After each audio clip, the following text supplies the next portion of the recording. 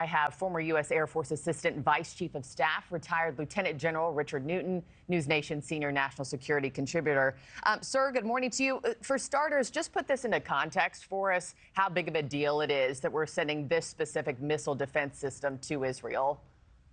Well, good morning, Markie. As Tom reported, this is a significant move on behalf of the United States and certainly the Biden administration. It's a very capable missile defense system that will be added to other capabilities that Israel has through their Iron Dome system, but also added to the United States. We have several ships steaming right off the coastline there in Israel with specifically 3 destroyers that have Aegis missile defense systems as well. So this is complementary, but it also is a significant boost to defend Israel, but also to defend our men and women serving in the region as well.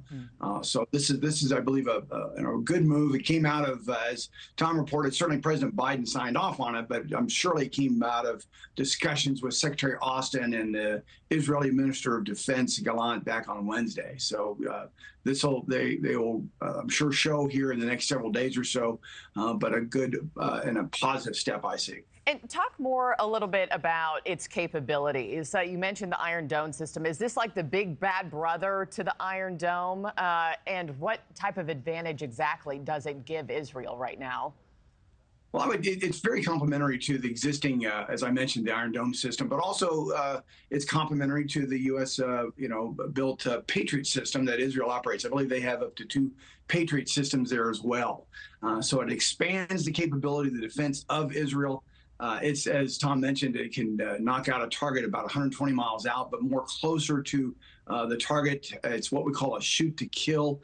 It doesn't have a warhead on it. It does it by a kinetic kill against a projectile coming in, say, from Iran. As Tom mentioned, there were 181 ballistic missiles shot at Israel back on the 1st of October. And there were 4 different variants of these ballistic missiles that Iran shot at Israel. And this will be another capable system to make the defense of Israel, certainly from ballistic missiles, more robust. Yeah.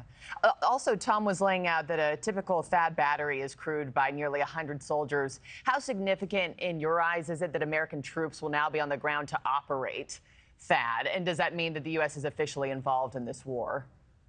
Well, back in 2019, we actually deployed a THAAD battery system to Israel as part of a joint exercise. But about 95 troops operate the THAAD system. It's rather complex. I believe that all safeguards will be provided by both Israel and the United States in terms of making sure our men and women serving over there are protected.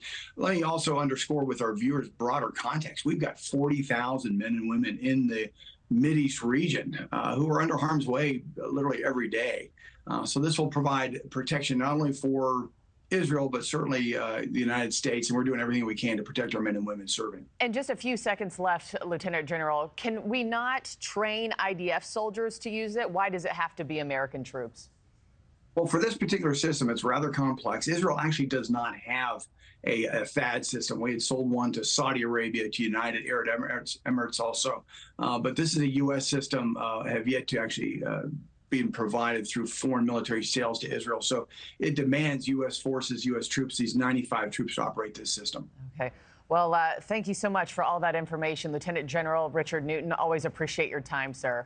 Thanks for watching, everybody. Go to joinnn.com to find NewsNation on your television provider. Also, don't forget to click that red subscribe button below to get more of NewsNation's fact-driven, unbiased coverage.